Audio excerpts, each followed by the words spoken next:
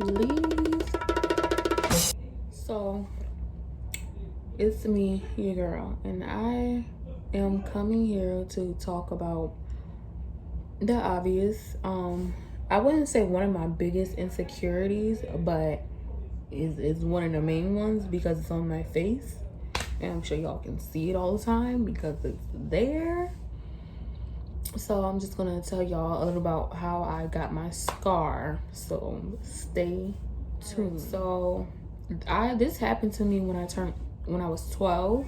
I was getting out of school for Mardi Gras break, and I got off the bus. I walked to my house. I walked from around the corner, and I was walking to my house, and nobody was home, and the front door was locked. My mama didn't believe in giving us house keys. I don't know why. So I decided to do what I see my brothers do. They jump the fence and they go through the back door. So little old me started climbing the fence, and I got to the top, but I got scared. I didn't want to jump because at the top of our fence we had spikes, and I was looking and I was like, I guess I just said F it, and I started climbing back down. I was like, no, I'm just wait for somebody to get home. But I was only climbing the fence because I really had to pee. But I was like, you know what, I'm awake. So I'm climbing back down the fence. It's iron fence. So I'm climbing back down the fence, and something breaks, and I fall. I didn't fall on the ground. I landed on my feet, and I was just like, damn, I broke one of the things off. And I was like, oh, whatever. And then as I was walking back towards the front door, I noticed that there was blood on the ground. And I was like, where did blood coming from? I'm looking around. I started touching my face, and I was like, oh my God, I just cut my face open. And I was 12, so I swear to God, I went apeshit. I started screaming because I thought I was about to die. I thought I was dying. I started screaming for help. I was like, help me, I'm dying. I'm dramatic, so of course I'm like, I'm dying. And this lady so happened to drive past, and she saw me, and she stopped, and she was like, I guess she saw my face, and she was like, oh shit. And so my mama was at work. I don't know where nobody was at. So the lady had to go take me to Children's Hospital. She had to take me to Children's Hospital. That's where my mama was working at the time. She took me to Children's Hospital, and I ended up getting stitches. I'm gonna zoom in so y'all can see it. I got stitches all around here. It was a little bit bigger when I was younger, like the scar, I'm assuming. But I guess the scar size, it kind of shrunk over time. But this has been like the most, this is like, I think this is it. But I started using my Mederma again to try to make it less noticeable. A lot of people tell me they don't notice it, but I notice it because it's on my face all the time, and it's like I gotta see it and I know it's there. So sometimes I do get insecure about it. I mean, I learned to love it because I had it for what? I'm 20. I got it when I was 12. So I had it for 8 years. I hope the math is right. But yeah. 8, 9, 10, 11, yeah. 8 years. So I learned to live with it. I learned to love it. When people usually ask me about it, see, I don't mind when people do it in a nice way. Some people just, I'll be like, probably like, I don't know, just, just out and about, maybe with a group of people or whatever. And there would be just that one person that'll just blurt it out. Oh, what happened to your face? And it's like, why would you just make me the center of attention? And you could have, like, wouldn't have minded if they would have just been like, poked me or just wanted to talk to me by myself, like, oh, what happened? Bitch, you just can't be ignorant and just blurt out, what happened to your face? Because I think that's very I don't like being the center of attention. I mean, I'm a bad bitch. I do sometimes. But when it comes to my scar, I'm like, it's like, why did you do that? But I do not mind answering it. Sometimes I tell people it's a birthmark, just so they can leave me alone.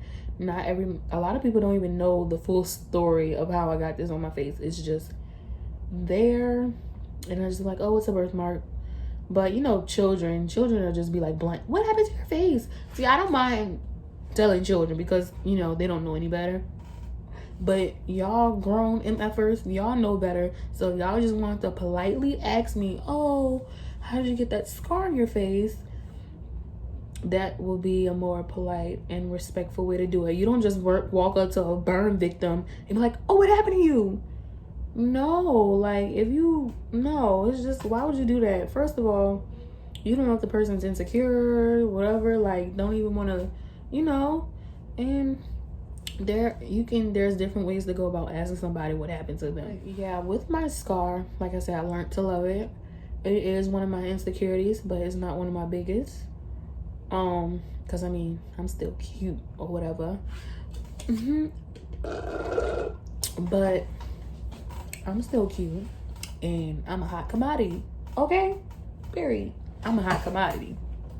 All right, but yeah, I mean, after a while, I used to hide my face so much. When I was younger, I used to hide my face. I used to be like this all the time. And especially, I was in middle school, and people in middle school are mean. And I used to have people, this one boy, he's ugly, so it don't even matter. But he used to just say, like, why? Like, he used to be so loud and like, oh, you got this on your face, da-da-da-da-da-da. Because I used to go to school with a Band-Aid so nobody would see it. Be like, why you got a Band-Aid on your face? What happened to you? Da-da-da-da. Like, come on. Privacy, please. So, yeah, dealing with that in middle school, I was just like, high school, when I was a freshman, I think a freshman and sophomore, I was just like, because people are just so ignorant. But I mean, at this point, it really doesn't faze me. I don't mind answering people questions, even if they do it in the disrespectful way. I don't mind. Or I'll just be like, oh, it's a birthmark. But I love my scar. I mean, sometimes, because when I take pictures or like do videos, I had to get comfortable with seeing it, so because I know it's very present in my videos when I film them, and I had to learn to keep seeing myself and like, oh, well, it's gonna be there, so it's either you're gonna like it or not. So I learned to like it. After a while, I love doing videos for y'all. I love sitting here filming, just doing whatever whenever I can. And I really do enjoy seeing myself being a content creator in front of the camera, because at first I was not photogenic. I'm starting to slowly, gradually become photogenic. I do like taking pictures now. I enjoy seeing myself on the camera. I don't shy away, because I used to, because my scar used to just like, it would show, and I'm like, damn, is there any way, like, I mean, obviously this is like my favorite angle. I do take pictures with this side too as well, but like I said, yeah, that's basically what happened to me. But be kind to people and be more respectful when you want to address something that it's very obvious. Like, you don't gotta be rude about it. But yeah, definitely when I was younger, I used to think that I was ugly. Like, I was like, I got this big ass cut on my face. I can't hide it. And I was like, fuck.